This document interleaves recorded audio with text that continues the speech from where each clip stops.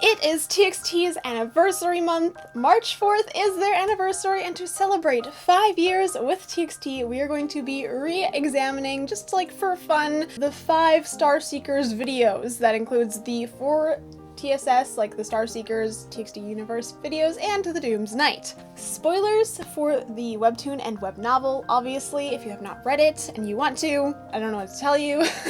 If you do want the whole story though and don't really know what's going on, I'm not gonna be delving super deep into it, except I'm gonna be more just making connections and being like, whoa, this is cool that they did this all the way back then. So if you want to know the full story, I've linked 2 videos in the description. One is short and one is longer, quite a bit longer.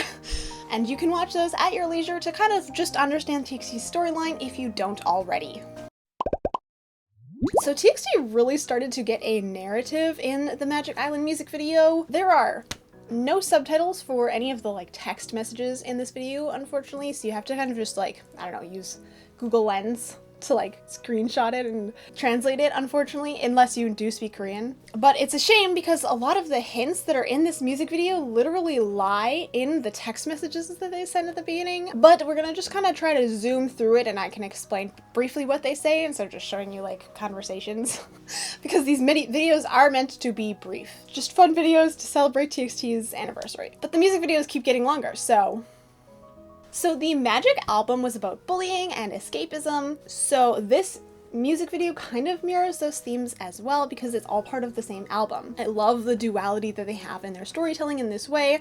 It's talking about the pressures and stuff that youth go through, but it also is dually telling their storyline for the Star Seekers, which at the time I think was still the TXT universe. And the Magic Island music video is iconic, I think, for delving into the characters and the story so well, and it's honestly a bit of a cinematic masterpiece in my opinion. It is worth noting that this music video may be in an alternate universe to the final The Star Seekers, the webtoon and all of that. And I say this mostly because details like them in high school are not present in the Star Seekers, and up until the certain point where they're taken there by their manager in the Star Seekers, they have never been to Magic Island, really. The island, and they don't understand how magic works. I think it is entirely possible they could have met and known each other in high school, obviously, but this one just doesn't seem to be fitting in quite as well as in the final storyline. As I mentioned in my Nap of a Star music video, I do think the storyline changed slightly, so what they had and they were writing at the time that this music video came out, I don't think is the exact same story that they had at the end when the Star Seekers, the webtoon, ended up coming out. I actually do wonder if we can interpret this music video as a bad ending universe. We do know there's a lot of universes in the Star Seekers story, and so I wonder if this is one of those ones where this didn't go very well. But you can let me know if you agree with that or not, because it's quite open-ended and that's actually really appealing to me. That's part of why I like this music video so much. And this music video also showed us how to get to Magic Island, which ironically is not in the Star Seekers today. They don't have this process at all, but it was so major, especially at the time. But it has this crucial step: close your eyes and then open them.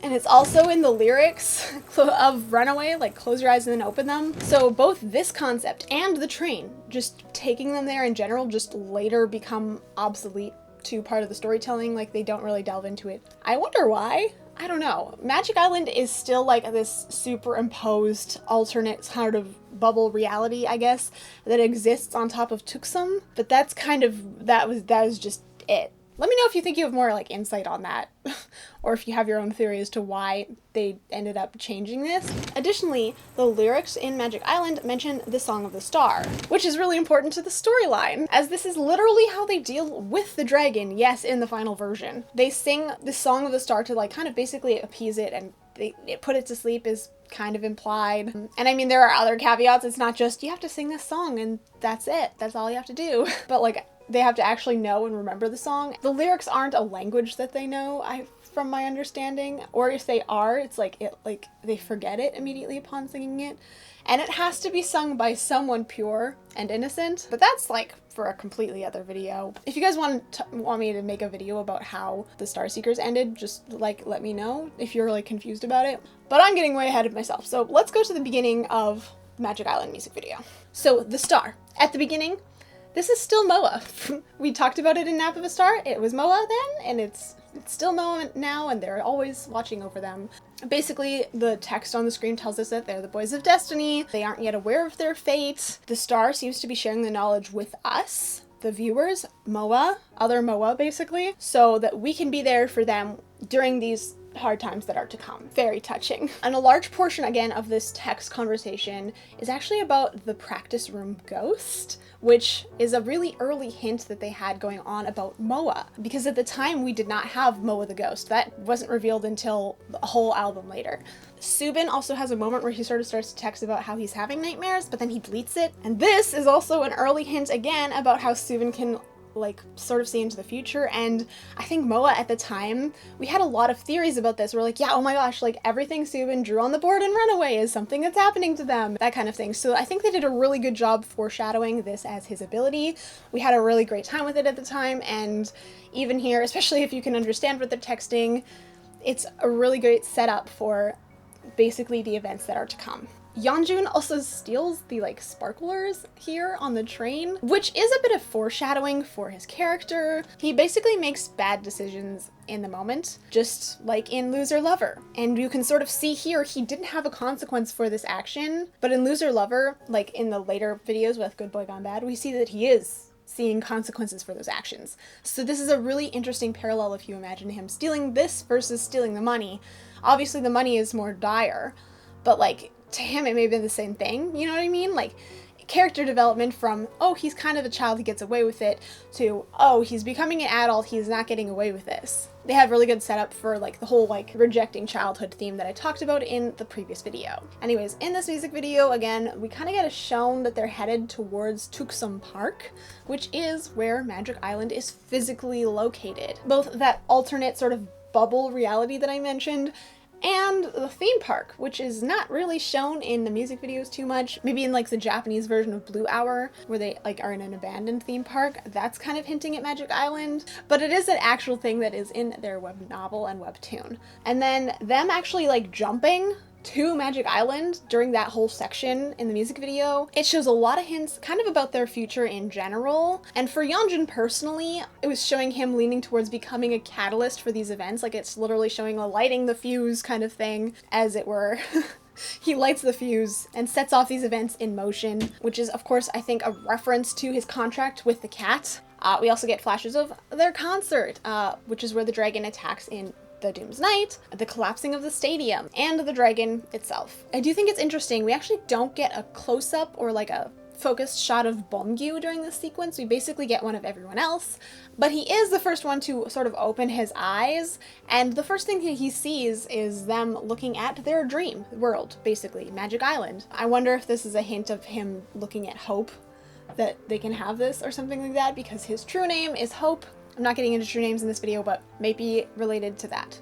And then in this next section, we literally see the trees are alive, which like they're like kind of leaning over in the like artwork, and this kind of implies that the island itself is a living thing and the magic that it has in it is alive, which flashbacks to the dancing bushes in Japanese Blue Hour. Mildly terrifying. Also, the telescope came back again, as we had seen in Nap of a Star, which just kind of adds to the fact that that's where they were in Nap of a Star. It's kind of like a good fun little parallel moment, and it also reminds us that Moa is there looking over them, because they were watching Moa at some point as well in the past. I think they also show that they're not on Earth here. Like they're literally hinting that this is actually like a separate reality, because Subin has no signal on his phone. Basically, it's not reality. So however you want to interpret that, I think that's what they're implying with that scene. There's a point where Kai catches the dragonfly. And I think this makes sense to a degree. He's the one with the wings, but he's also the one who like summons creatures, captures them, I guess, in a way. And he's actually the one who has to summon a creature to face the dragon in the end.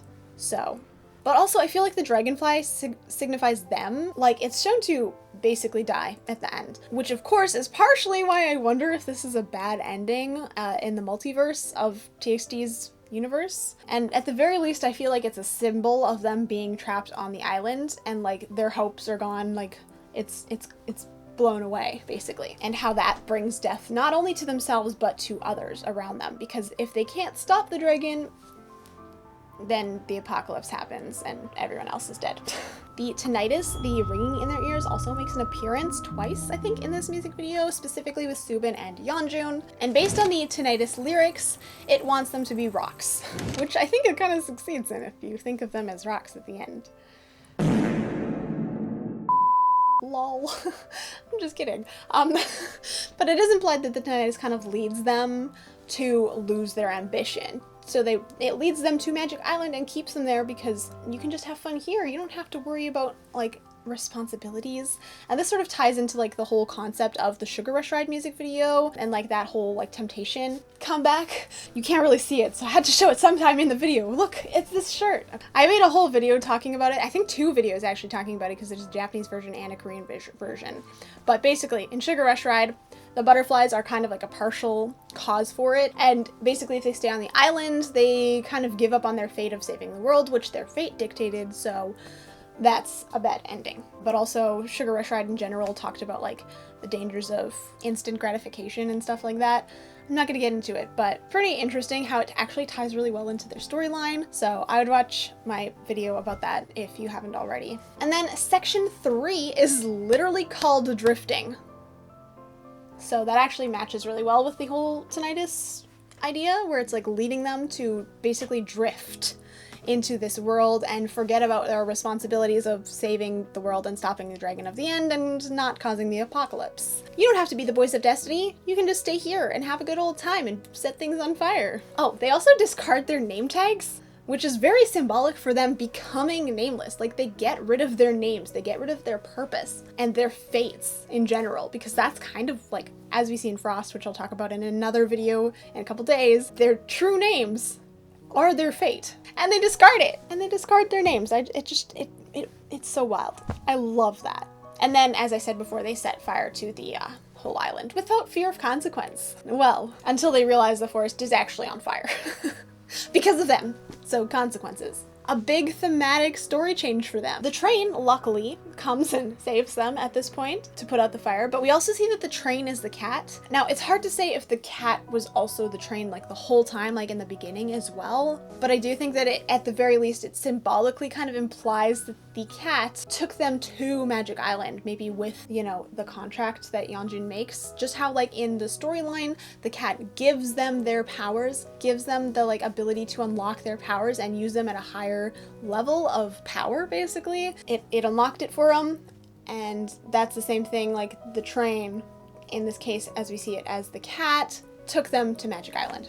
So I believe that's possibly a reference to the power that it has over them. In the end, once they kind of get hit by it, they're in like this white, windy place, and they lose each other, which is a major part. Like, they kind of have to be together to sing the star of the song to defeat the dragon, and so symbolically they've lost each other, and they're passed out on the ground. They're rocks. And we see the dragon flying overhead, signaling the beginning of the apocalypse, because it's awake now. Assuming it decides that the world isn't worth saving. Because apparently it decides that. It's just like, should I destroy this world yet? Nah, they're looking okay, and then goes back to sleep. Or it's like, yeah, this world's beyond saving, and then it just destroys it. That's how I view the dragon anyway. But yeah, that is my interpretation of what they've shown us in the Magic Island music video. Also, there's like other things, just like the colors that they use, like it's heavily purple themed, which I tend to associate with magic in TXT's world and stuff like that. For the most part, that's like how I view the Magic Island music video today, and like a lot of the things that tied in and showed us what they brought forward in the future. And yeah, that's it for this music video. Thank you for watching my speed run of me talking about the information, but hopefully, you know, it was interesting to you and all that kind of stuff. And I will see you guys tomorrow, where we'll talk about the Eternally music video. I want to give a quick shout out to my patrons over on Patreon. Thank you guys so much for all of your support. I really appreciate it. You guys help me pay my editor who's edited this video and basically make this all possible, because otherwise this stuff would not come out on time. If you want to become a patron, join our Discord server, get early access to scripts and videos. The link is in the description down below. As it is, thank you guys so much for hanging out with me, and I will see you guys tomorrow. Stay sunny, everyone. Bye!